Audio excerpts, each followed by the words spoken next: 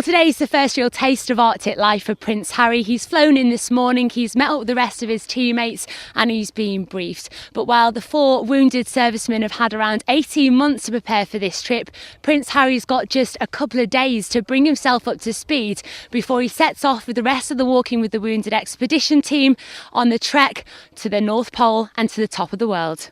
Just tell us, how inspirational these guys are to other injured servicemen and women who may be watching and aren't as far down the road to recovery as these guys are. I think for all of them, and there's a huge selection process as well for this. And I think there'll be so many people that will be sitting there. The guys that will be in Celio who've just come back a week ago, will probably be sitting here going, "Give me all that, I want to do it." And then, hopefully their chance will come. There's going to be more expeditions similar to this one, as you say, the inspiration that these guys are giving to everybody else is truly fantastic. Not just to military forces, but within the sort of the civilian public as such as well. People who have injured themselves somehow, or who are able to do stuff but don't think they are. I think it's fantastic. Anyone can walk to the North Pole carrying however heavy the sled is for 4 weeks. I think it's unbelievable. It's unstoppable. And are you ready for it? Are you nervous? I am nervous. I'm nervous for them. I'm slightly nervous for myself as well. But at the end of the day, it's going to be a fantastic adventure. I'm very lucky to be amongst a group of lads like this. I'm only there for 5 days, and I'll probably shed a tear like everybody else will when I leave them. Those guys are fantastic, and I wish I could carry on the whole way. But yeah, anybody else, 5 days with that lot, and then when you leave them, it could be quite emotional. So we'll have to wait and see. So when the guys are out on the ice, they're going to have to consume around 6,000 calories a day, as well as pulling 42 kilograms of food that's going to last them over the whole trek. So Martin, just tell us some of the food that you're going to be having so you don't get bored when you're out there. What I've done with the food is I've mixed it all up. Okay, so we've got a combination of, the most important thing is calorific content. All right, we've got to get around 6,000 calories a day in. Okay, so that means you've got to be critical on what you take. Niceties are exactly that, but the key is high calorie intake. Got a snack pack, so one of them has got all my main meals in it, and then the snack packs are predominantly sweet stuff. You get fed up with chocolate. Is that 1 day snacks? That's 1 day snacks, yeah. Oh my so you've word. got about 3,000 calories in there between flapjack. My mum and my sister very kindly made us some tiffin, which has gone down well with the team. They've all got a bit each. I had a friend who was supposed to make me some, but she didn't because she's useless.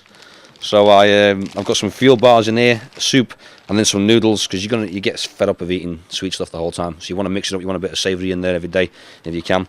So I'll just. The weight of that for that's a kilo. 1 day.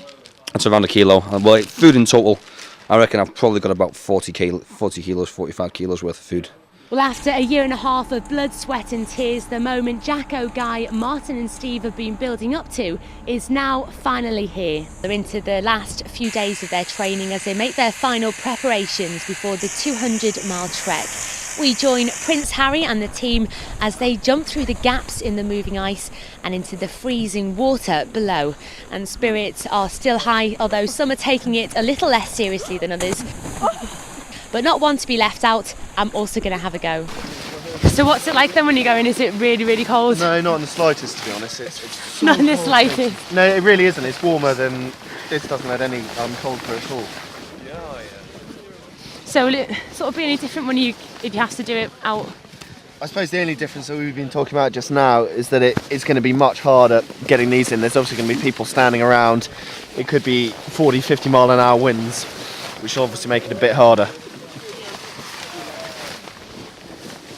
It's completely sealed around the top so that no water will go in. Just don't put your head in. Yeah. No. Don't go head first. I was going to backflip into it. Can't believe I'm doing this. It's good fun. It's very salty, isn't it? What are you doing, Katie? Tell us. Well, basically, I'm just going to have a little go of doing what the lads have just done. I'm going to jump in. I'm going to try and do a backward walk over into it. No, cartwheel. You're the girl. And then I just see what it's like. Is that going with me now? I'm going to have a go now at jumping into the icy water to see what it's going to be like for the lads when they have to get in and cross the icy leads on their way to the North Pole. So here goes. Are we best going forwards or backwards? Backwards, double shot. Yeah, okay. Right, here goes.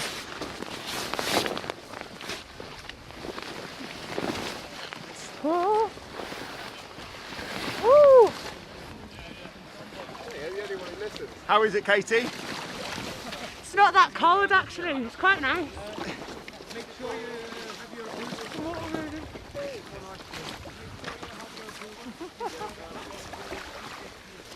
And with it being a very chilly minus 25 degrees out here again today, it's not something they're doing just for fun.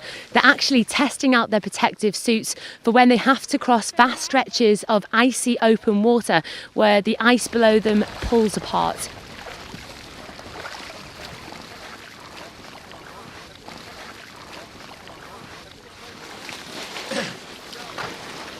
So I've just had a go at crossing one of the open icy water leads, and it's not actually that cold, and with the suit on it almost feels like you're in the Dead Sea and you're just sort of floating on your belly.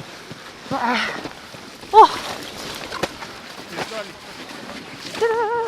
And together with Prince Harry, they're being dropped off at Barnio Icefield for the start of one of the most challenging and dangerous treks to the very top of the world. And in doing so, they're hoping to enter the record books by becoming the first group of war-wounded amputees to make it to the North Pole completely unaided, while raising £2 million for the rehabilitation of other injured soldiers. Real Radio.